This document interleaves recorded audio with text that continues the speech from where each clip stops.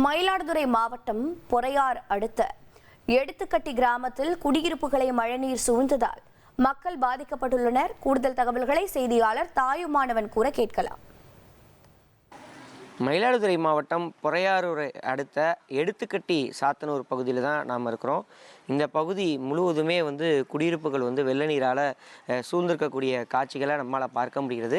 50க்கும் மேற்பட்ட குடியிருப்புகளில் முழுமையாக வெள்ள நீர் என்பது சூழ்ந்திருப்பதால் இங்கே இருக்கக்கூடிய கால்நடைகள் பொதுமக்கள் மிகுந்த சிரமத்திற்கு ஆளாகி இருக்கிறாங்க. கால்நடைகளை பொறுத்த மட்டில் பார்த்தோம் என்றால் 2 to 3 ஆடுகள் உயிரிழந்திருப்பதாகவும் அதே போல் ஒரு சில கோழிகள் உயிரிழந்திருப்பதாக இங்கே இருக்கக்கூடிய உரிமையாளர்கள் தெரிவிச்சிருக்கிறாங்க. இந்த ஒரு நிலையில தான் இந்த கிராமம் முழுவதுமே பல குடியிருப்புகளில் வெள்ளநீர் என்பது தேங்கி இருக்கிறது. குறிப்பாக இந்த புயல் பாதிப்பின் காரணமாக 2 நாட்களாக கடுமையான மழைப்பொழிவு என்பது இருந்த சூழலில் இந்த கிராமத்தில் வெள்ளநீர் என்பது தேங்கியிருப்பதாக சொல்லப்படுகிறது. மயிலாடுதுறை மாவட்டத்தை பொறுத்த மட்டில் நேற்றைய தினம் 15 சென்டிமீட்டர் மழை பதிவாகி இருப்பதாக வானிலை ஆய்வு மையத்தின் தரப்பில் தகவல் என்பது சொல்லப்படக்கூடிய ஒரு சூழலில் எந்த அளவுக்கு இங்கே இருக்கக்கூடிய மக்களுக்கான பாதிப்பு இருக்கிறது நம்மிடையே கேட்டு தெரிஞ்சுக்கலாம். அம்மா சொல்லுங்கம்மா, எந்த கிராமத்தை சேர்ந்தவங்க, எந்த அளவுக்கு இங்கே ஒரு பாதிப்பு, எவ்வளவு வெள்ள நீர் என்பது இருந்தது, உங்களுடைய அத்தியாவசிய வேலைகள் எந்த அளவுக்கு பாதிக்கப்படுதுமா? இங்கே வருஷம் மழை அதிகமாக பெஞ்சு போய் இங்கே ஒரே மழை தண்ணி குளம் வெட்டாமல் தண்ணி தெருவுக்குள்ளே வந்துக்கிட்டு இருக்குது. எங்களால் சமாளிக்க முடியல. நாங்கள் இவ்வளோதான் முயற்சி பண்ணுறோம். வருஷம் எல்லோரும் வந்து தான் பார்க்குறாங்க. ஒன்றும் வாய்க்கால் சரியாக வெட்ட முடியாமல் தண்ணி தெருவுக்குள்ளே ரொம்ப பாதிப்பாகுது. எங்கள் வீட்டில் உள்ள குழந்தை எல்லாம் ஆடு மாடு எல்லாம் நாசமாகிறது. இதே நிலைமையாக இருக்குது. எந்த வருஷம் வந்தாலும் இதுக்கு ஒரு நடவடிக்கை எப்படியாவது எடுத்து எங்களுக்கு நல்ல வழியை காமிங்க. நன்றி, வணக்கம். நேற்றெல்லாம் பார்க்கும்போது மழை பெய்து கொண்டிருந்த போது முட்டியளவு வெள்ளநீர் என்பது இருந்ததாக இங்கே இருக்கக்கூடிய கிராமவாசிகள் தெரிவிக்கிறாங்க. இங்கே இந்த கிராமத்தில் பெரும்பாலானோர் முதியவர்களாக இருக்கக்கூடிய காட்சிகளை நம்மளால் இங்கே பார்க்க முடிந்தது. இவர்களுக்கென்று முகாம்கள் என்பது அமைக்கப்பட்டிருக்குன்னா, ஆனால் யாருமே முகாமுக்கு செல்லலை. காரணம் என்ன அப்படின்னா, அவங்களுடைய உடைமைகள் பாதுகாப்பாக வைத்துக்கொள்ளணும், கால்நடைகள் இருக்கின்றன, கால்நடைகளை பத்திரமா வைத்துக்கொள்ளணும் அப்படின்றதுக்காக இங்கே இருக்கக்கூடிய முதியவர்கள் இந்த வெள்ளத்துக்கு மத்தியிலேயே குடும்பத்தோட இருக்கக்கூடிய காட்சிகளை பார்க்க முடிகிறது. மேலும் ஒரு பெண்மணி இருக்கா, கேள்வி பண்ணிக்கலாம். என்ன காரணமா முகாமுக்கு ஏன் போகல?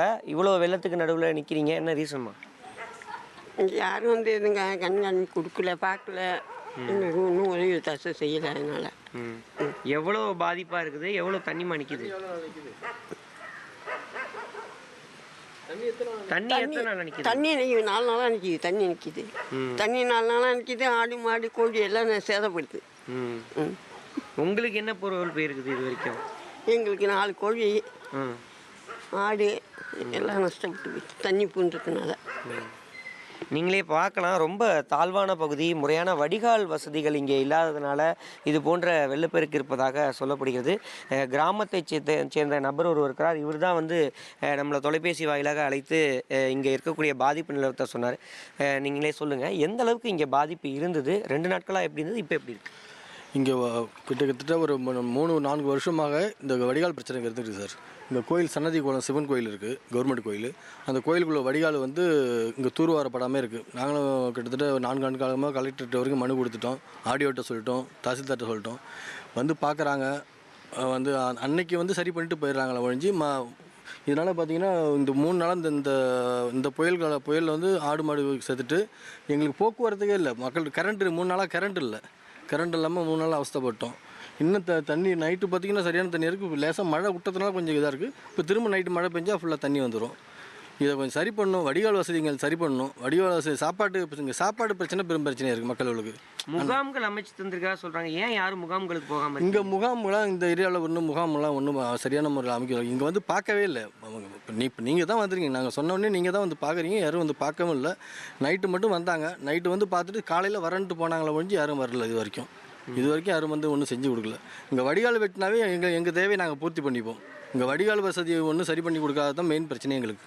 அதை செஞ்சு கொடுக்க மாட்டாங்க. ஆனால் மாவட்ட நிர்வாகம் தாழ்வான பகுதிகளில் முகாம்கள் அமைச்சிருக்கோம், மக்களை பாதுகாப்பாக செல்ல சொல்லியிருக்கோம் அப்படிலாம் சொன்னாங்க. உங்களுக்கு ஏதாவது அந்த மாதிரி விஏஓ தரப்புலையோ இல்லை அதிகாரிகள் தரப்புல வலியுறுத்தப்பட்டதா? இங்கே அப்படி எதுவும் சொல்லல சார். அதனால எங்களுக்கு ஆடு மாடுலாம் இருக்குது. நாங்கள் விவசாயத்தை நம்பி தான் வாழ்ந்துட்டுருக்கோம். ஆடு மாடில் விட்டு எங்களால் எங்கேயும் போக முடியாது.